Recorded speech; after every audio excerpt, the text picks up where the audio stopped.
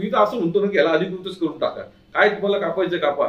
कारण आता काय आहे की सगळ्यांना माहिती आहे की वजन काट्यावर काटे मारले जातात, चोऱ्या होतात, रिकव्हरी चोरली जाते.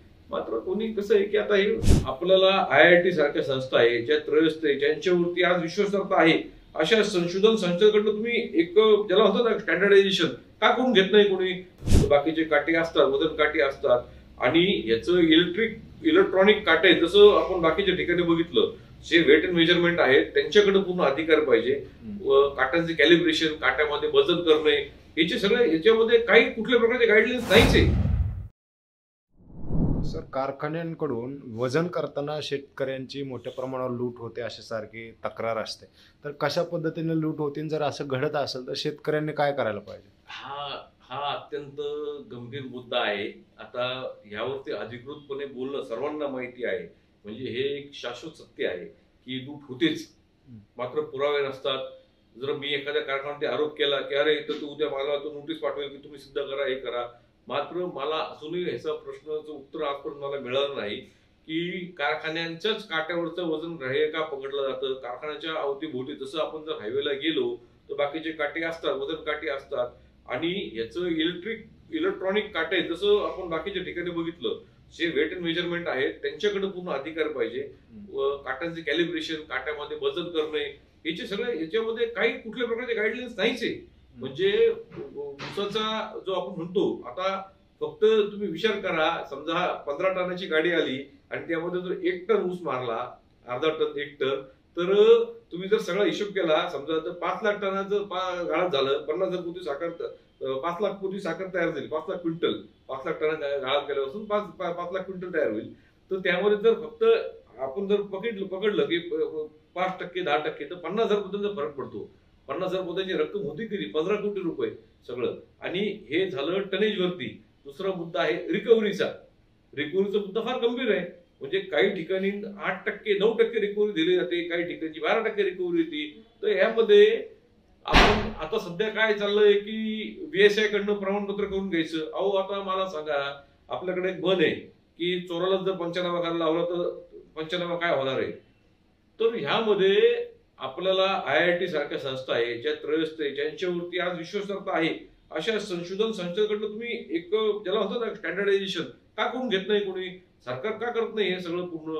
म्हणजे आता IIT एक नाही, IIT 4-5 IIT कडे तुम्ही पाठवा की कुठल्या प्रकारचा ऊस घेतला, त्याच्यामध्ये जर 1 टन ऊस गाळप केला तर त्याच्यात साखर किती निघते, व त्याच्यात इथॉल किती निघणार आहे, याचं तुम्ही स्टँडर्डायझेशन करा ना. यामध्ये मी म्हणतो त्यामध्ये 2-3%, 5% व्हेरिएशन राहील, परंतु 30-30%, 20% व्हेरिएशन भयानक आहे. मराठवाड्यामध्ये 6%, 8%, 9% रिकव्हर आहे. कोल्हापूरला 12% रिकव्हर होती, 13%, म्हणजे 30%, 40% व्हेरिएशन आहे. असं काय घडत, इतकं काय फरक आहे का मातीमध्ये. आणि ह्यामध्ये संशोधन झालं पाहिजे. मात्र शेतकरी कसं आहे की आता ऊस उत्पादक शेतकरी असं म्हटलं जातं की खूप आळशी आहे, आणि हा आरोप काही अंशी होता, मला तो बिलकुल पटायला लागलाय. कारण त्याला काही घेणं देणं नसतं. त्याला ऊस येतो, कारखाना घेऊन जातो, पैसे मिळतात, 4 महिने उशिरा मिळतात, राजू शेट्टी आंदोलन करणार आहे, कुठंतरी काहीतरी मिळणार आहे, आणि 2,500च्या ठिकाणी 2200 मिळतील, 2,000 मिळतील, त्याला पैसे मिळणार आहे. तो म्हणतो कुठं वाद घालतात कुणाशी, कुठं, त्याच्यामुळे ते चाललंय आणि ह्यातनं शोषण घडतंय, घडणार आहे सगळं. आपण एखाद्याच जर निदर्शनास आलं की हा इथं काटा मारला जातोय तर काय करावं?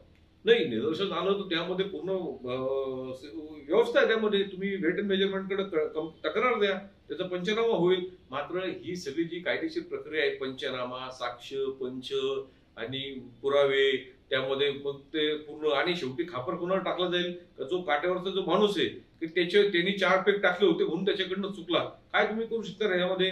जर त्याच्यावरती पूर्ण खापर टाकून दिलं की याच्यातनं चूक झाली, काही नाही. आणि असंही करतील की एकाच्याच ह्याच्यात चूक झाली, बाकीच्या काटे पुण्याची तक्रार नाहीये.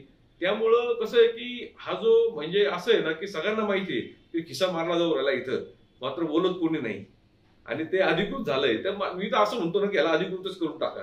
काय तुम्हाला कापायचं कापा. कारण आता काय आहे की सगळ्यांना माहिती आहे की वजन काट्यावर काटे मारले जातात, चोऱ्या होतात, रिकव्हरी चोरली जाते. मात्र कोणी कसं आहे की आता हे यासाठी हे जे नियंत्रण आहे ना 2 कारखान्यांमध्ये अंतराचं, ते हटवलं पाहिजे.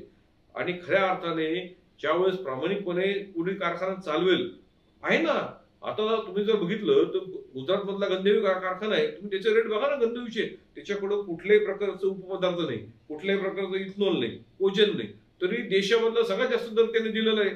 त्याचा इतिहास आहे त्यांच्याकडं. मी स्वतः कारखान्यात जाऊन आलो, शेट्टी साहेबांना आम्ही गेलो होतो तिथं, 2 दिवस आम्ही तिथं सगळं बघितलं आम्ही तिथं. त्यांचं कसं होतं मग त्यांना, आणि ह्यावरती इथलं त्याचा तुलनात्मक अभ्यास करून त्याच्यावर तुम्ही हे का करत नाही की नेमकं त्यांचा आपला फरक का पडतो, याचा कधी अभ्यास झालाय का, कधी व्हाईट पेपर पब्लिश झालाय का की गंधेवीचं मॉडेल काय आहे, मग त्यांना कसं शक्य आहे. मात्र कसं आहे की कुणाला काही हे लाखो कोटीचा हा खेळ आहे पूर्ण, जे पत्रात पडतंय लोक खुश आहेत, जनताही खुश आहे, त्यामुळे काही बोलू शकत नाही यावर.